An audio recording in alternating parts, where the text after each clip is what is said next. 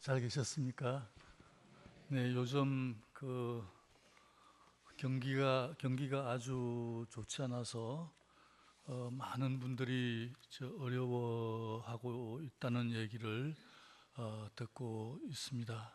참 우리 이 형제 자매들 가운데에도 참 어려운 경기 속에서 참 어려움을 당하시는 분들이 계시리라고 생각됩니다. 그러나 우리가 믿음을 버리지 아니하고 끝까지 하나님을 의지하고 우리가 하나님에게 간구할 때에 하나님께서 우리를 틀림없이 도와주시리라고 저는 믿습니다. 어떤 어려움이 있어도 실망하지 마시고 좌절하지 마시고 하나님을 바라면서 끝까지 믿음을 지켜 나가시고 또 하나님께 영광을 돌리는 우리 경복교회 모든 형제 자매님들이 되시기를 바라면서 이 자리에 나왔습니다.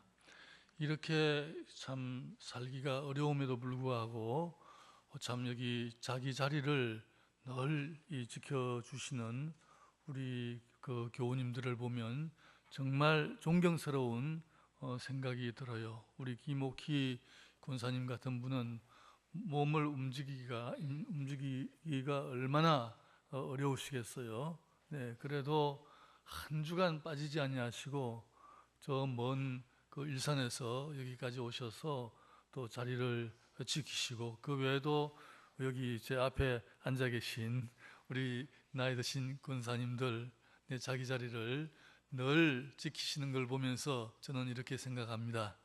나보다도 믿음이 더 좋으시구나. 그런 생각이 들어요.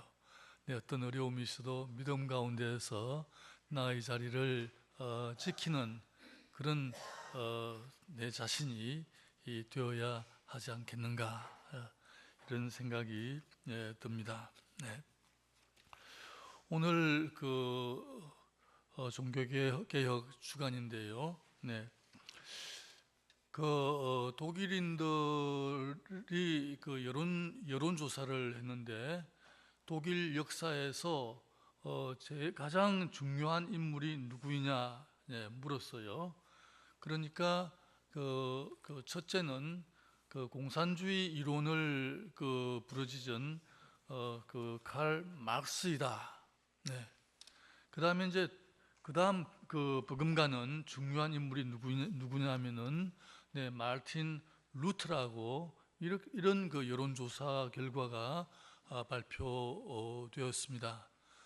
이 칼 마르크스는 물론 그 이론이 실패하고 말았지만 이 땅 위에서 이루어질 수 없는 것이지만은 하늘나라를 바로 이 땅 위에 세우려고 했던 그런 인물이기 때문에 아마 독일 역사에서 가장 중요한 인물로 많은 독일인들이 생각하는 것 같습니다.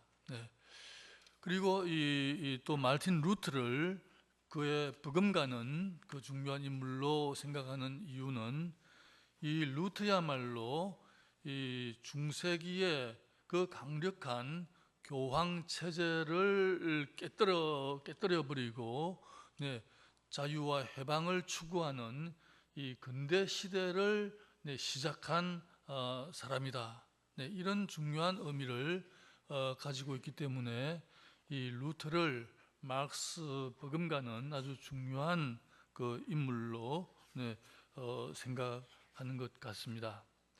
그러니까 이 루트가 일으킨 이 종교개혁은 단지 하나의 종교적인 사건에 불과한 것이 아니라 새로운 시대를 열어준 그 강력한 힘을 가진 교황의 권력을 깨뜨리고 중세 시대를 문을 닫아버리고 근대 시대를 시작한 하나의 이 세계사적인 이 사건이 바로 이 종교개혁이고 이 종교개혁으로 말미암아 우리 이 개신교회가 천주교 로마 가톨릭 교회에서 독립되어서 이렇게 존재하게 되었다고 하겠습니다. 네. 이와 같이 이 세계사적인 의미를 가지고 있는 이 종교개혁의 가장 강력한 그 중심적인 무기가 무엇이었던가? 그것은 결코 칼이나 창이 아니고 이 사도 바울이 이 로마서에서 얘기한 그 칭의론이었습니다. 칭의론의 핵심은 뭐냐면은 우리가 하나님의 어렵다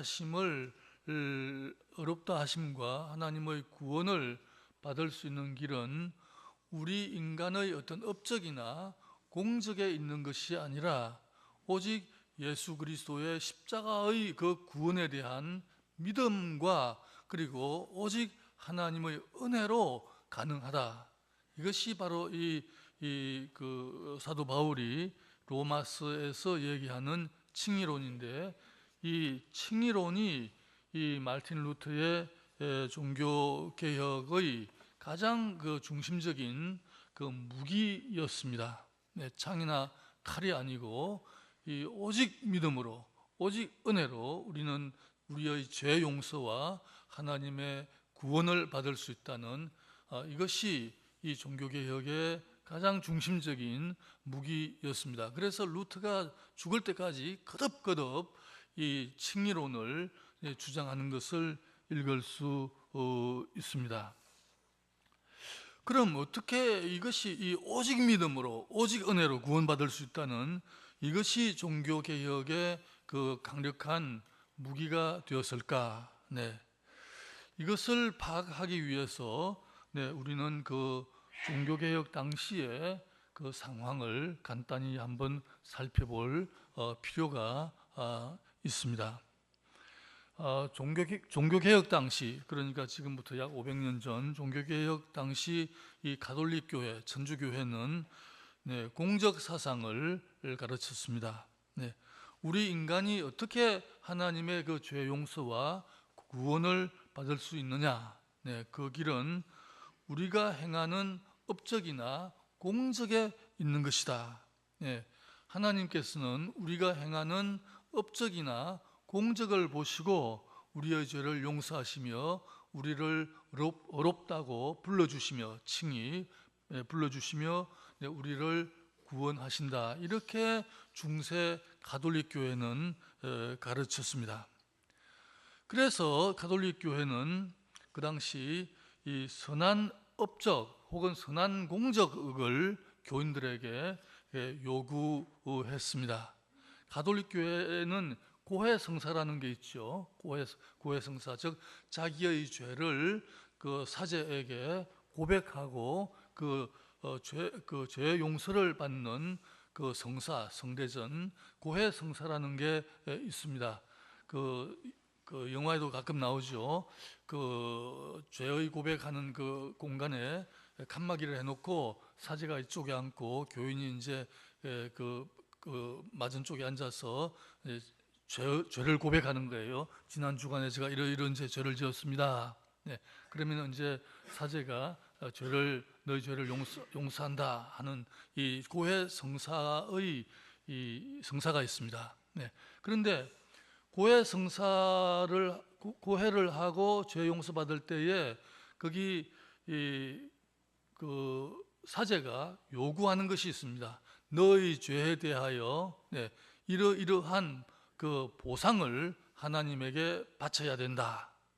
예를 들어 가벼운 죄를 지었을 경우에는 3주간 동안 교회 청소를 해야 된다. 또 이러한 죄를 너가 지었으니까 너는 일주일 동안 밤에 1시간씩 자지 않고 기도를 해야 된다. 또 너는 이 죄에 대해서 교회 계단을 무릎으로 기어 올라가면서 한 계단 올라갈 때마다 주기도문을 외워야 된다. 또 너는 이렇게 심한 죄를 지었으니까 제사를 바쳐야 된다. 또 로마 순례를 해야 한다. 혹은 예루살렘으로 순례를 가야 한다. 이런 여러 가지 이 공적을 요구했습니다. 네. 그러니까 이제 그걸 가리켜서 이제 이제 전문 용어로 말하면 satisfaction, 하나님의 의를 너가 파괴했으니까 거기에 대한 보상을, satisfaction을 너가 지불해야 된다. 이게 이제 공적이 되는 것이죠. 이 공적을 보고 하나님께서 너의 죄를 용서해주고 너를 구원하신다는 이 공적 사상을 가톨릭 교회는 가르쳤습니다. 마지막에 이제 등장한 게 이 면죄부입니다. 면죄부. 네.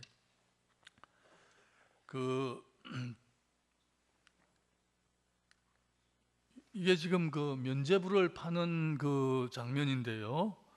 면죄부는 뭐냐면, 쉽게 말씀드리면은 내가 죽은 다음에 당할 연옥의 죄벌을 면제받는 증명서입니다. 네. 가톨릭 교회는 연옥을 믿거든요. 연옥. 네, 죽은 다음에 곧장 지옥이나 천당으로 가는 게 아니라 연옥에 가서 펄펄 끓는 불에 이제 고통을 당하면서 자기의 죄를 씻는, 자기를 정화시키는 그런 연옥을 가톨릭 교회는 지금도 믿고 있는데요. 네, 거기 이제 이 면죄부를 사면은 그 연옥에서 이제 벌을 덜 받게 된다든지, 아니면은 그 연옥을 그냥 금방 벗어나서 천국으로 올라가는 그 증명서가 바로 이 면죄부입니다. 그런데 저는 면죄부가 그냥 하나만 있는 줄 알았는데, 이번에 루터 책을 쓰면서 여러 가지 문헌을 보니까 종류가 아주 많아요. 자기 죄를 위해서 미리 사두는 면죄부도 있고, 가족을 위해서 미리 사두는 면죄부도 있고, 또 죽어서 지금 연옥에 가 있는 조상들을 위해서 사주는 면죄부도 있고, 면죄부가 여러 종류가 있는데, 또 10년짜리 면죄부도 있고, 30년짜리 면죄부도 있고, 그걸 읽으면서 깜짝 놀랐습니다. 그냥 신학교에서 공부할 때 뭐 면죄부 팔았다 뭐 이것만 들었지 이거 몰랐거든요. 근데 책을 쓰면서 보니까 이게 50년짜리 면죄부도 있고 100년짜리 면죄부도 있고 1000년짜리 면죄부도 있고 그 가격이 다 다른 거예요. 가장 비싼 게 무슨 면죄부냐면 완전 면죄부라는 게 있었다고 합니다. 완전 면죄부. 그러니까 그것은 내가 죽을 때까지 지을 모든 죄에 대한 하나님의 벌의 면죄를 받는 그 면죄부가 완전 면죄부예요. 그게 제일 비싼 거예요. 자, 이렇게 되니까 이게 어떤 일이 일어나게 되나요? 하나님의 구원을 돈으로 살 수 있게 되어버립니다. 그렇잖아요. 면죄부만 사면 되니까. 아무리 개차반처럼 살아도, 아무리 비도덕적으로 도둑질을 하면서 살아도 면죄부만 사두면은 이건 구원의 보정수표를 딱 가지고 있는 거예요. 하나님의 구원이 하나의 상품처럼 되어버린 것이죠. 그리고 교회는 돈판이 되어버립니다. 그 루터 책을 읽어보면서 저도 놀랐습니다. 바로 루터가 얘기를 해요. 교회는 돈 장사하는 곳이 되어버렸다. 이렇게 그 당시 가톨릭 교회를 루터는 비판하면서, 성직자들은 교황은 물론이고 가디날 뭐라 그러나 우리말로 주기경, 또 그 아래에 주교들, 그 아래 사제들, 그 아래 부사제들, 이 성직자들은 이 민초들의 피를 빨아먹는 거머리들이다, 이런 얘기를 했어요.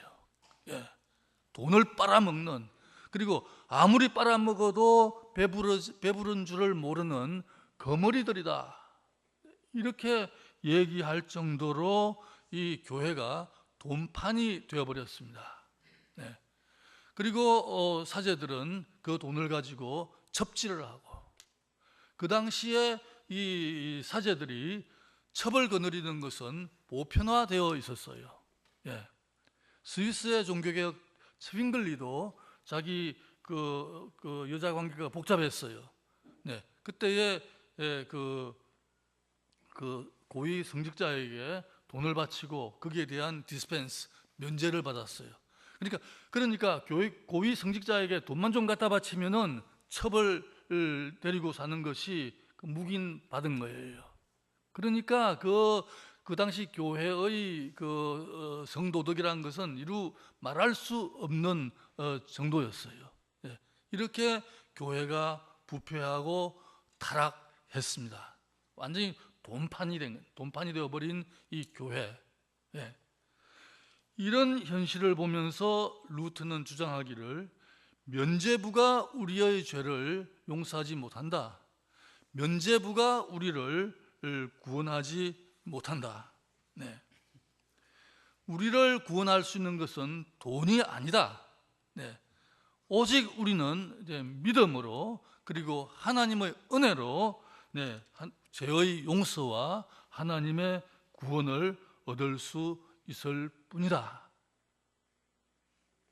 자, 이게 그 당시에 얼마나 위험스러운 이야기였겠습니까? 가톨릭 교회의 돈줄을 끊어놓는 이야기죠. 그러니까 그 면죄부 살 필요가 없다는 것입니다. 각자가 믿는 믿음으로 그리고 각자에게 하나님께서 성령으로 직접 주시는 사제를 통해서 주시는 것이 아니라 하나님께서 우리에게 직접 내려주시는 그 은혜로 말미암아 우리가 구원을 받는 것이다. 그러니까 면죄부를 팔 수가 없게 되는 것이죠. 네. 그러니까 이 루터의 오직 믿음으로 오직 은혜로 우리가 구원을 받을 수 있다는 이 얘기는 그 당시 가톨릭 교회의 돈줄을 끊어놓는 이야기입니다. 이게 단지 올바른 구원관을 세우는 이야기에 불과한 것이 아니라 돈줄을 끊는 이야기예요. 그리고 또 오직 믿음으로 오직 은혜로 우리가 구원을 받는다는 이 얘기는 성직자 계급과 교황 체제를 때려 부셔버리는 이야기입니다. 왜?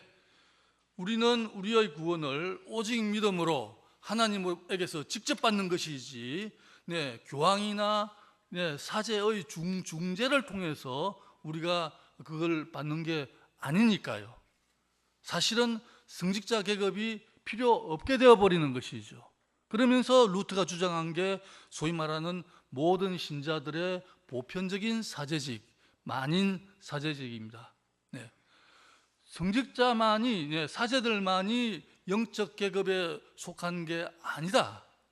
모든 신자들이 다 하나님의 백성으로서 영적 계급에 속한다. 베드로후서 2장 10절에 보면은 이런 말씀이 있잖아요. 너희들은 하나님의 왕같은 제사장들이다. 왕같은 사제들이다. 바로 이 얘기를 이제 루터가 하는 것입니다. 모든 신자들이 다 하나님의 그 사제들이고 하나님의 그 영적인 계급에 속한 영적 신분에 속한 하나님의 백성이라는 것이죠. 그러니까 성직자의 신분과 사회적인 신분과 평신도의 신분의 차이를 이 루터가 깨뜨려 버리고 이 평신도들을 그 중세기 성직자들의 그 독재에서 해방시키는 이런 의미를 이 오직 믿음으로 오직 은혜로라고 하는 이 루터의 이 말씀이 가지고 있는 것입니다. 간단히 요약해서 말씀드린다면은 루터가 오직 믿음으로 오직 은혜로 구원을 얻을 수 있다고 외친 이유는 무엇인가? 첫째는 돈 장사하는 곳이 되어버린 타락할 대로 타락해버린 이 교회를 바르게 세우기 위해서 그것을 얘기한 것이고, 그 다음에 두 번째는 성직자 계급, 교황 제도에서 모든 신자들을 해방하기 위해서 이 얘기를 한 중요한 사회적인 정치적인 그 의미를 루터의 이 주장은 가지고 있다는 것을 볼 수 있습니다. 그런데 이제 문제는 오늘 우리나라 여러 신학자들이 이런 이야기를 해요. 루터가 오직 믿음으로 오직 은혜로 구원을 받을 수 있다 이렇게 얘기했기 때문에 우리 개신교의 신자들이 그럼 우리는 선하게 살 필요도 없지 않느냐, 네. 이렇게 생각하고 우리 이 개신교의 신자들이 비윤리적으로 비도덕적으로 살게 되었다는 것이죠. 그래서 지금 우리나라 그 개신교회가 사회적인 신뢰도를 크게 상실했다는 것을 우리 교우님들께서도 잘 아시리라고 믿습니다.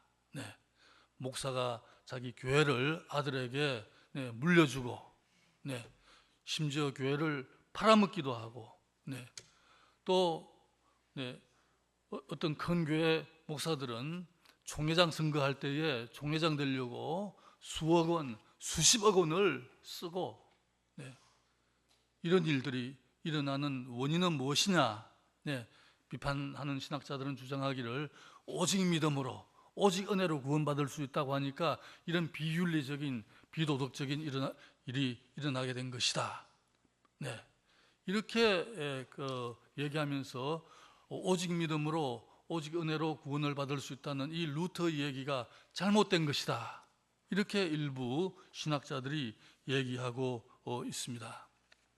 그러나 이것은 그 루터의 책을 제대로 읽어보지 않았기 때문에 하는 얘기라고 생각됩니다. 루터의 책을 읽어보면 루터가 얼마나 많이 우리 그리스도인들이 선한 일들을 해야 한다고 말했는지 제가 얘기할 수 없을 정도입니다. 그러니까 믿음 없이 자기가 선한 일을 행해가지고 하나님, 내가 이만큼 선한 일을 행했으니 나에게 구원을 주십시오. 이렇게 우리는 요구할 수 없다는 것입니다. 왜? 우리가 아무리 선한 일을 많이 행할지라도 우리 인간의 죄된 본성은 없어지지가 않거든요. 우리가 아무리 세례받고 그래도 우리 죄된 본성이 없어지나요? 남아있죠. 그죠? 그래서 우리는 세례를 받아도 죄의 유혹을 받지 않습니까?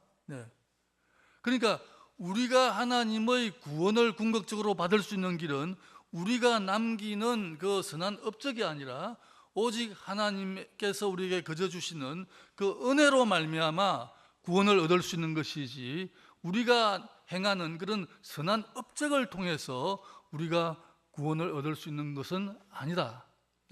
그럼 선한 일들, 선한 업적이, 그럼 업적을 우리는 행하지 않아도 되느냐? 그렇지 않다는 것입니다.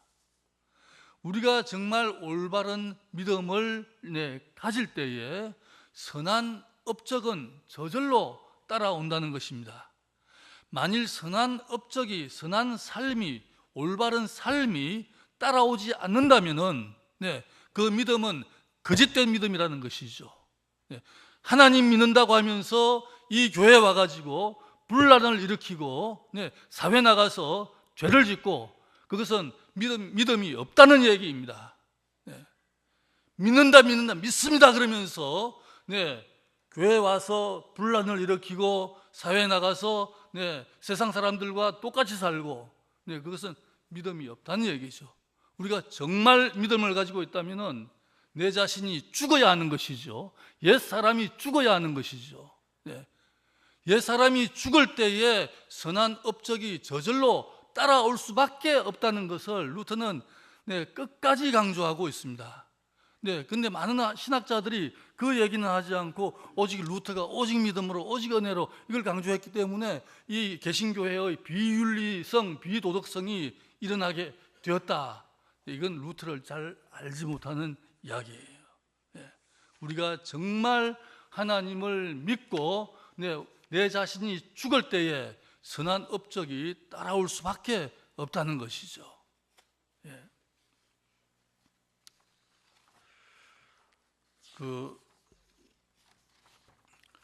여러 가지 얘기가 있겠지만은 우리가 정말 그리스도의 공로로 하나님의 구원을 받았다면은 루터는 얘기합니다. 우리는 그리스도의 마음을 가져야 한다. 오늘 그 빌립보서에 있는 말씀, 그리스도 예수의 마음을 너희들은 가져야 한다. 그리스도께서는 자기를 비워 종의 형체를 가지셨다. 이 그리스도로 말미암아 우리가 정말 새 사람이 되었다면은 우리는 그리스도의 뒤를 따라서 내 자신을 낮추어야 한다. 그리스도께서 자기를 비우신 것처럼 우리 자신을 비워야 한다. 그리스도께서 우리의 삶의 중심이 되시고 이 교회의 중심이 되어야지 내가 이 교회의 중심이 되려고 하는 그런 인간적인 욕심을 우리는 버려야 한다는 것을 루터는 강력하게 얘기하고 있습니다.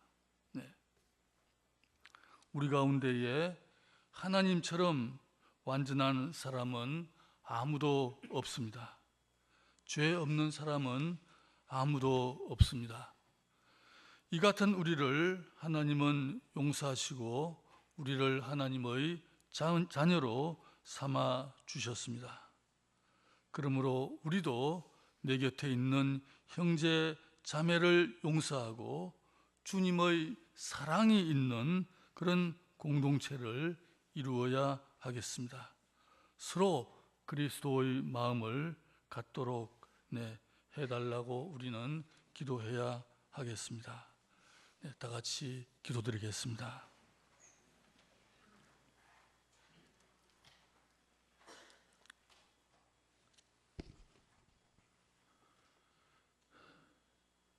주님, 이 시간 성령으로 역사하셔서 주님의 마음을 갖게 하여 주십시오. 마음이 가난한 사람이 되게 하여 주십시오. 이웃의 슬픔과 고난을 함께 슬퍼하는 사람이 되게 하여 주십시오. 온유한 사람이 되게 하여 주시옵시고 정의에 줄이고 목마른 사람이 되게 하여 주십시오.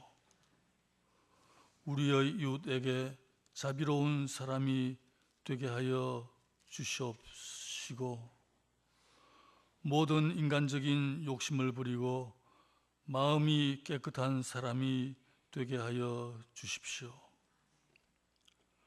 불평과 불화가 있는 곳에 평화를 이루는 사람이 되게 하여 주십시오. 정의를 위하여 박해를 받을 수 있는 사람이 되게 하여 주십시오. 주여 저희들을 주의 평화의 도구로 써 주십시오. 아멘.